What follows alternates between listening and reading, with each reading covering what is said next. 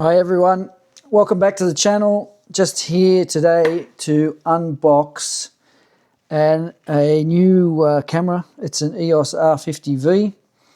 I have actually opened the box and took out the battery and charged it up, but I've put it back in there. But we'll still go through the box and we'll have a quick look, and later I may do a review.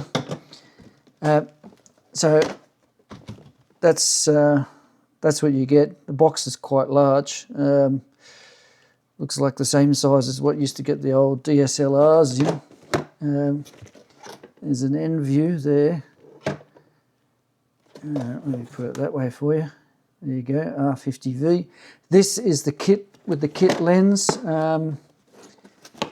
Put this around here. You might want, some people might want to read that, but I'll leave that there for you to read.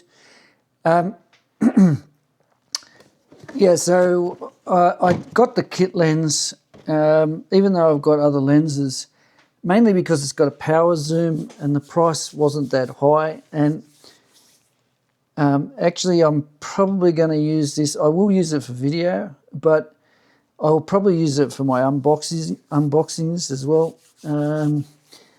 I thought it had the product feature mode. Seems like it doesn't, but if I turn off all the focus tracking, it still should work all right. Anyway, if it doesn't, it'll be getting passed on and I'll be getting something else. I don't want to use one of my better bodies to be stuck mounted on for unboxings. Anyway, let's open it up. So yeah, in the top, when you first open up, you'll have, you know, the manual, which I've put underneath, battery charger with a cable, which I haven't put back in here. You'll get a battery. They're the LP-E17 batteries. Now, some people I've seen online, they've said, oh, this is some new battery or whatever. No, Canon's been using these batteries for ages, just in the smaller bodies. In the bigger bodies, you'll get a different type of battery. But basically, they've been using these for years as well.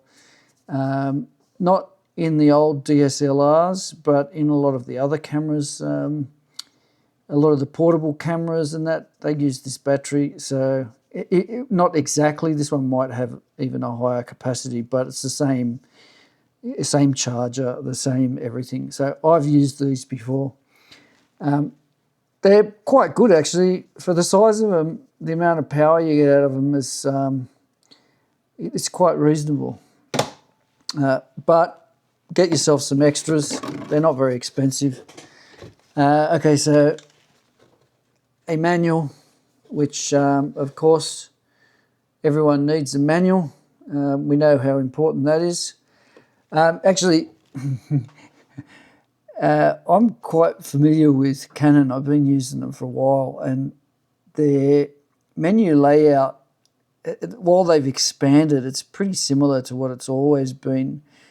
But in all honesty, these cameras now are getting so many features, and they're getting quite complex. You may actually need to read this or sections of it. There will be things in here that will help you. Some things, when you look it up, you might want to look online, but I can tell you a lot of people online are just saying all sorts of things. They really don't know what they're talking about. A lot of people start camera channels. They may have only been using a camera for the last 3 months, 6 months, 12 months. Even if you've been using it for a couple of years, you still won't be that familiar with these systems. So, or if you swapped from, you know, if you're a big Nikon or Sony or whatever, moving over to newer system, yeah, I would read the manual rather than listening to people on YouTube or looking things up on the internet or AI, because they make so many mistakes, it's not funny. Anyway, we'll put that aside. Okay, yeah, this uses the same app. There's a Camera Connect software. You can put that on your mobile. I only use Android, but I believe it works on Apple as well. This is quite handy. You can actually live preview through the app. You can do all sorts of things. You can update firmware. You can add. You actually need it if you want to add GPS information, because none of these later bodies, none of them that I know of or use, have GPS in them anymore. GPS probably suck too much battery. Adds cost as well. Plus, everyone carries a phone now which has a GPS in it. You can preview photos in it, but I never bother on a camera. But you can do a lot with this app, actually. It's quite handy. You're going to need that app. Canon actually has very good software too. Before you run off and go and use or look up to get Lightroom or Photoshop or whatever, try out the Canon software if you're not familiar with it, or even if you used it years ago and you haven't used it for a while. Get it out. It's actually very good software, and it has some functions that probably you can't get elsewhere. Anyway, we'll get out. This is the lens. We'll put that aside. I'm just going to put these things aside. We don't need to look at packaging. So, yeah, there's our lens, 14 to 30 millimeter RFS lens. That means this lens is actually designed to go on a APS-C size sensor. And in power zoom, I don't think you're going to be able to use it on, actually you probably could use it on some of the other bodies. I haven't tried, but if you put this on a full frame, like I've got a couple of full frames, this lens is really not good enough for the full frame. Plus you'll be cropping a lot of your stuff out, which probably doesn't matter. If you've got 30 or 45 megapixels, you can afford to crop some of it out. If the power zoom works, like through the app when it's on another body, which it may, I'm only speculating here, that may be worth using or trying on your full frame if you're using it, if you want something where you're going to have power zoom. Anyway, we'll just sit this down here for the moment, and we'll get the camera out. I'll move this box out of the way, I think, because let's get that box out of the way. We'll put the camera down here. Now,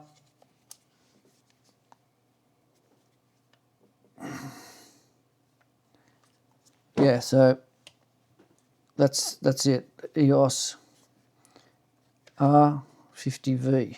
Now, one thing you'll notice straight away, there's no EVF, so you're going to be using this screen. A couple of the things which you've probably already read about, we'll just go over these things and then I'll put the lens on in a minute. I'll put these here, there you go. So you've probably already read, or you might be aware, but you've got a quarter mount on the side. Now, that could be quite handy if you want to do vertical shooting. And I will be doing some of that, so that will be handy. You've got a quarter on the bottom, although it's fairly close to the battery door. I've got some very small Arca plates that would fit on there and it won't interfere with that door, but it's quite close. I guess it probably has to be. It's in the center of the lens, so they probably could have moved it over a little bit further, but anyway, it is what it is.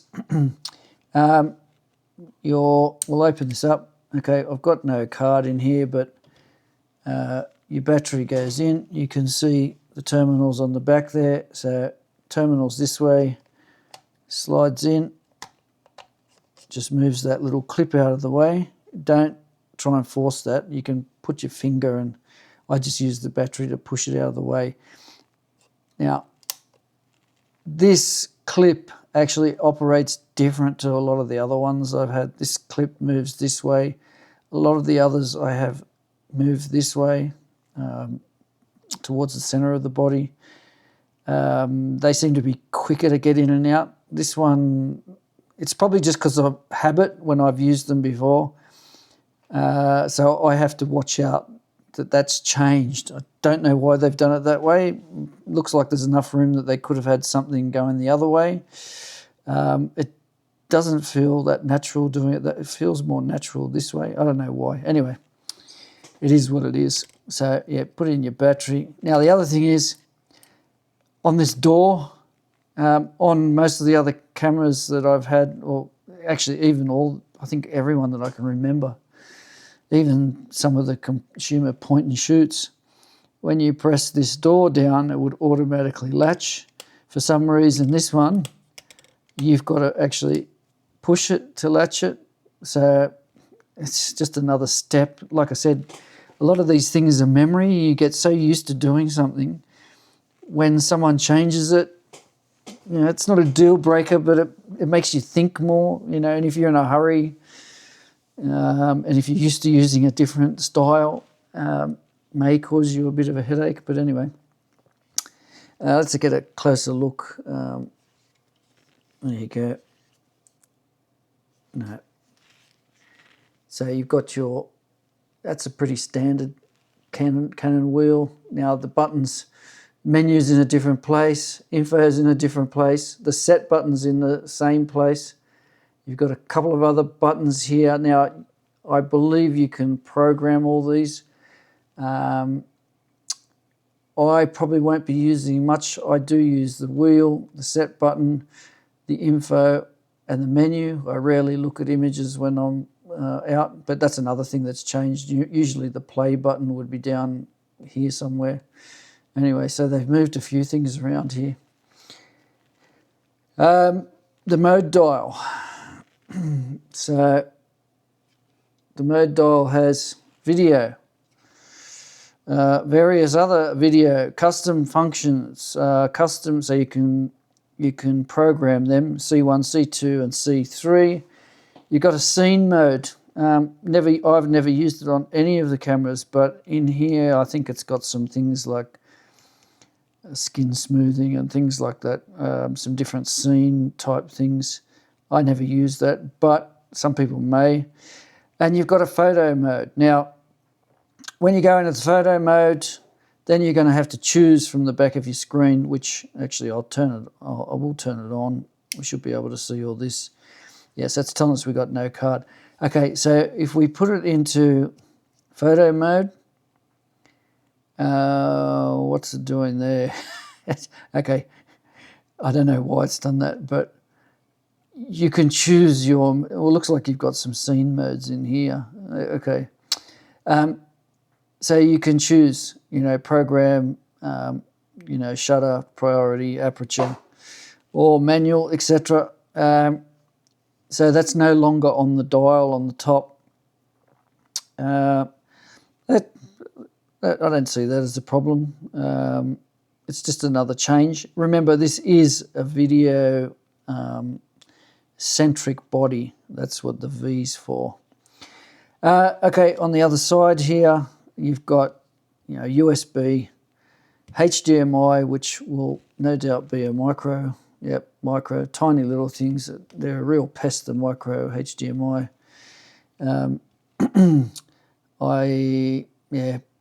Anyway, you can, if you need HDMI, I don't know why you'd probably be going for this camera, but you might want to put a cage on it or something, because with the micro, you need to stop it from moving. They're so finicky. Anyway, mic, headphones, and your other ports are here. Shutter release. You've got, okay, no, you don't have, this is just a, it's just a holder. Oh, okay, no, it has actually got some electronics in the front. That looks like a specialised shoe. I don't really know that much about it. I won't be using it apart from holding some accessories and things, so I'm not going to be using a flash on here or anything like that. Okay. You've got a zoom rocker here to work with this particular lens. This is a power zoom lens. You know, you've got a lock button. That I find handy on everything, although they haven't managed to put it on here. And this switch is different to nearly all the other switches. Again, I guess it's the shape. That's what they've had to do. They've had to make it this way. It's all right, but then you've got this. A lot of the newer ones have a middle lock position, which is quite handy, but I don't mind this either. That's okay. If you need to be able to lock these screens, these touch sensitive screens.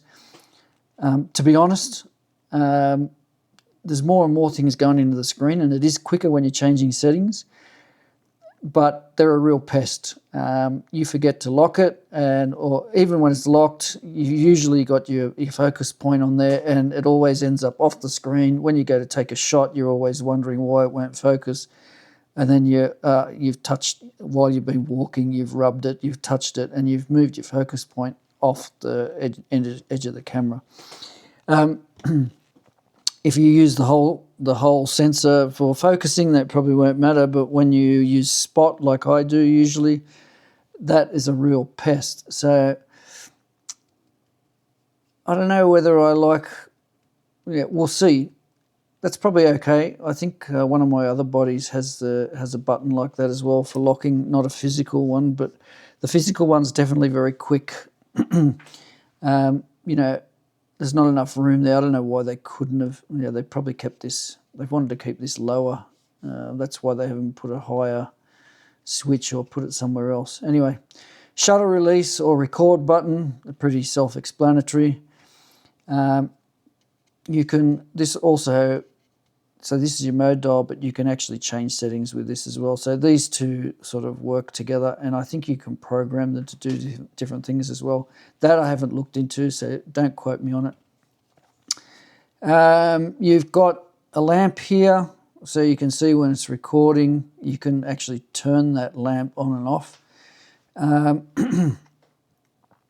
can be handy at times. I set all my cameras so they won't record or shoot with no card in there. So it's probably, for me, it's not a huge deal. But when you've got this, like if I'm going to use this for unboxings, let's say, and if it's in a position higher up, that tally lamp could be useful. That's if it's in a position where you can see it, because the screen may be in a position where you can't see it, or you may not even have the screen open. Definitely if you're going to record yourself, like a selfie thing, it's probably good because you might not have the screen turned around towards you all the time.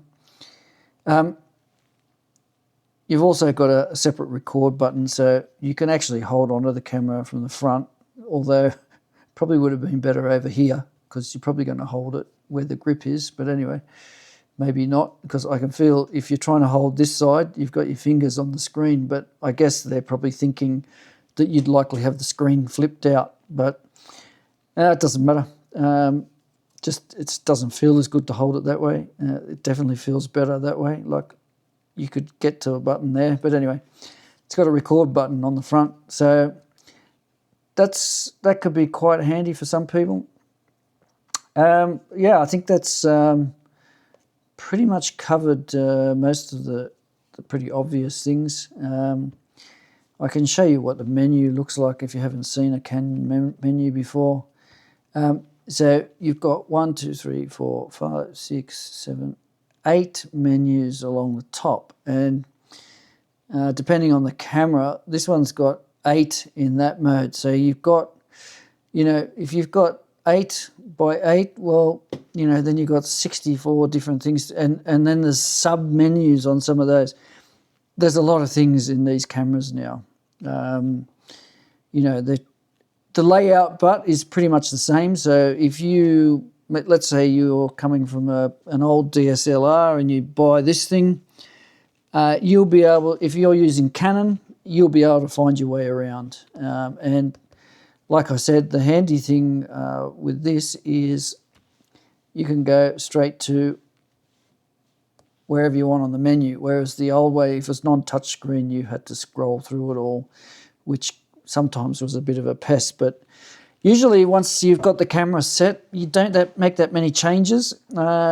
If you need to, if there's things you often are changing, then program your custom buttons. That's what they're for. Saves you. So, okay, to just give you a quick rundown, in case you don't know,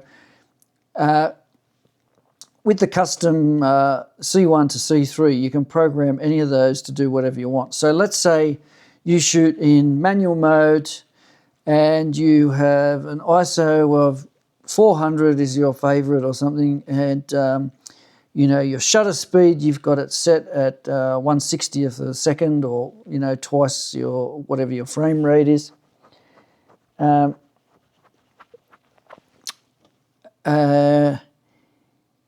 And let's say a couple of other things. You've got a certain place you like to focus. You know, you get where I'm going. So let's say you've got 5 or 6 things or 10 things. You go into the manual mode or go into the mode that you want to use. You set all of those things the way you want them, and then you go into the menu and you save that under one of the 3 custom areas. So then when you come out and let's say you've saved it on 1, and let's say you go back and you're not in movie mode anymore, you've just been taking some photos of something, then all of a sudden you want to do a video and you don't want to have to go through and pick all those settings again because, you know, you've taken the battery out or whatever and you've lost the settings. You just quickly stick it into where you've saved it, into C1, for example, or 3 or whatever, and all of those settings will be the way that you want them. So yeah, just double check all of the settings, because it does everything. Like you can set everything and it will save all of that information. Saves you going back, resetting things or trying to remember, you know. Like I said, there's so many more settings now on these cameras, you don't want to be trying to remember. The only downside is, well, at least it's got 3. A lot of cameras only have 2 custom settings. But even with 3, it's not really enough, especially if you're using this for movie and for photos, because, yeah, you could easily... I would have got rid of the auto, probably even got rid of the scene, because you can get through the scenes in the back, and had 5 custom modes. That would have been... Yeah, but anyway, it doesn't matter. There's always some trade-off. People probably won't even like that. The way it is here. Some people would probably say, why not have shutter and have aperture mode and have manual on the top so you can take photos or what? Yeah, so no, you're not going to please everyone. I'll just quickly set this back down. Let's take off the cover, the cap. Okay, I'll take off this now. For you, most people probably know, but if you don't, Canon uses, or most cameras will have a little dot. Some could be white, and this one is red. You can see on the body there, or on the mount, it's got a red dot. Could be above, it could be somewhere, but you just quickly line those up and then twist to get your camera, get your lens in a place. So you can see that that lens is not exactly small. Yeah, it's, I guess that's to get power zoom and get everything in there. That's what they had to do, but let's have a look here. Let's see, I don't know how, let me just do, okay, so there's your zoom. So your power zoom, your zoom operates from this ring, so it's not a focus ring. You do have this ring, which I believe you should be able to program that to do whatever you want. I don't use any of them, so I don't know. So you're going to have to read, like I said, get out your lovely little manual, which you shouldn't have thrown away yet. and yeah, have a look through it, because you'll find it'll do all sorts of things. Now you see here ISO 500, like that's been touched while I've been playing with this. Probably when I put my hands around the back, I've accidentally changed that ISO, because I could have sworn it was on auto to start with. But anyway, I'm not going to go into any of these settings because there's just literally so many. But yeah, that gives you a quick look. The EOS, it's the R50V with a 14-30 powered zoom lens. So you can get a smooth zoom. You can power zoom. You can actually zoom with the lens there, or with the rocker. Yeah, maybe, let me see. You might get a finer adjustment.